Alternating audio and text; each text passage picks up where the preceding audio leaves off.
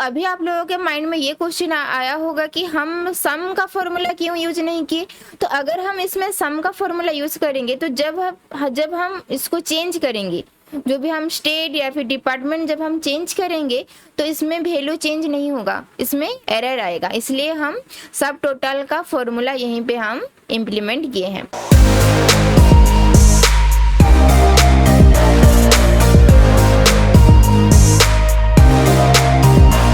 Hello everyone, myself Pushpita Panda and welcome to my YouTube channel. तो आज के video में हम बात करेंगे कैसे हम एक्सेल में एक MIS रिपोर्ट हम बनाएंगे, इसके बारे में है आज की वीडियो में।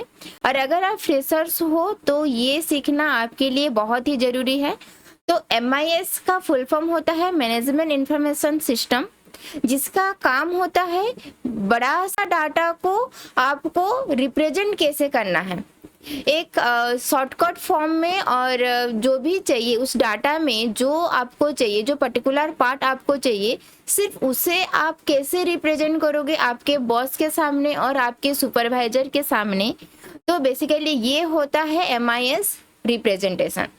तो चलिए देखते हैं कि ये MIS रिपोर्ट कैसे बनाते हैं। तो देखिए मेरे पास एक डाटा है, जैसे कि 21 नंबर का 21 एम्प्लॉई का मेरे पास कुछ डाटा है। शायद आपके पास 1000 में हो और 500 700 कुछ इस टाइप का डाटा हो। तो मैं छोटा सा ही डाटा ली हूँ आप लोगों को समझाने के लिए।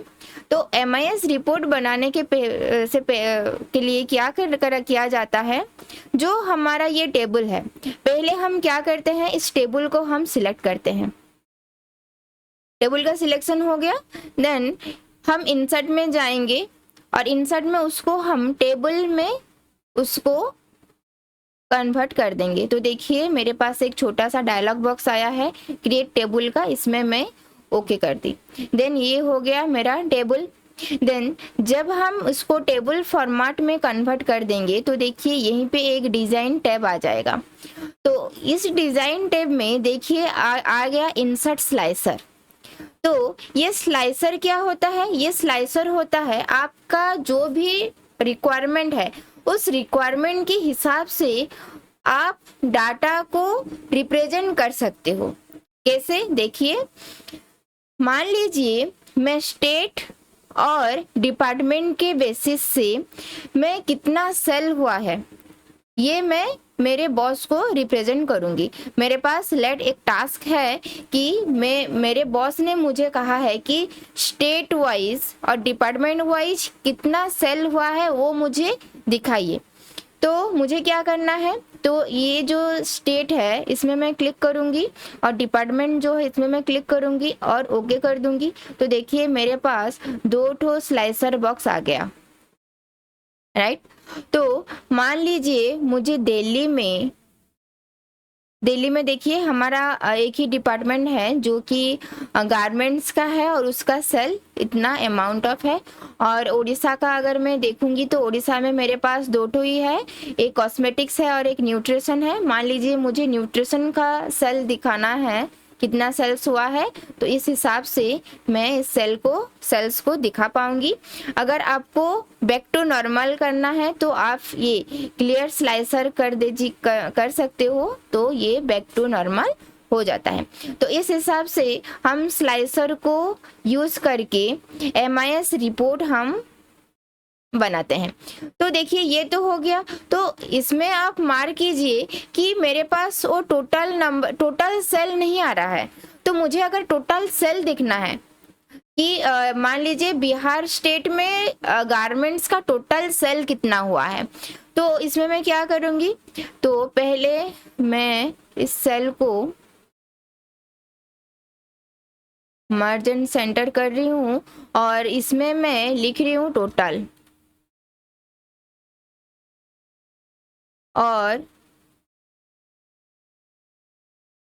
इसको भी मैं मर्ज कर रही हूँ, मर्ज एंड सेंटर, और इसमें मैं फॉर्मूला टाइप करूंगी इक्वल्स टू सब टोटल। टैब बटन दबा के मैं उसको एग्जीक्यूट की और मुझे इसमें चाहिए सम चाहिए तो देखिए सम का जो नंबर है, सम का जो देखिए जो सम का जो नंबर है इसमें 9 नंबर है, तो मैं इसमें 9 प्रेस की, देन कॉमा, कॉमा देके जो भी मेरे पास सेल्स है वो सारा सेल को मैं यहीं पे सिलेक्ट कर रही हूँ।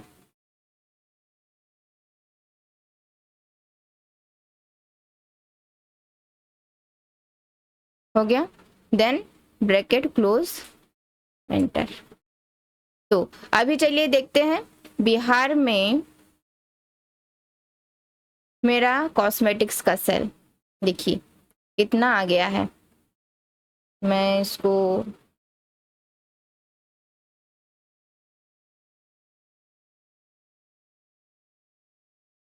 थोड़ा साइज बड़ा कर हुआ। तो अगर उड़ीसा में हम देखेंगे न्यूट्रिशन का तो टोटल इतना सेल आया है, सेल्स में इतना आया है। तो अभी आप लोगों के माइंड में ये क्वेश्चन आया होगा कि हम सम का फॉर्मूला क्यों यूज नहीं किए। तो अगर हम इसमें सम का फॉर्मूला यूज करेंगे तो जब हम इसको चेंज करेंगे, जो भी हम स्टेट या फिर डिपार्टमेंट जब हम चेंज करेंगे तो इसमें वैल्यू चेंज नहीं होगा, इसमें एरर आएगा। इसलिए हम सब टोटल का फॉर्मूला यहीं पे हम इम्प्लीमेंट किए हैं। तो इसी हिसाब से आपके पास जितने भी बड़े डाटा हो, आप इस ऐसे MIS रिपोर्ट मतलब बना के आपके जो बॉस हैं या फिर आपके जो सुपरवाइजर हैं, आप उनको इंस्टेंटली उनके रिक्वायरमेंट के हिसाब से उनको आप आउटपुट दिखा सकते हो। सो आई होप ये वीडियो आप लोगों को बहुत ही अच्छा लगा हो। तो मैं मेरे चैनल में ऐसे यूजफुल वीडियो लेके आती हूँ specially students and job holders के लिए। तो अगर आपके माइंड में कुछ भी डाउट है तो आप मुझे कमेंट सेक्शन में कमेंट करके ज़रूर बताइए, तो मैं आप लोगों को हेल्प करने के लिए ज़रूर कोशिश करूँगी। So thank you so much for watching.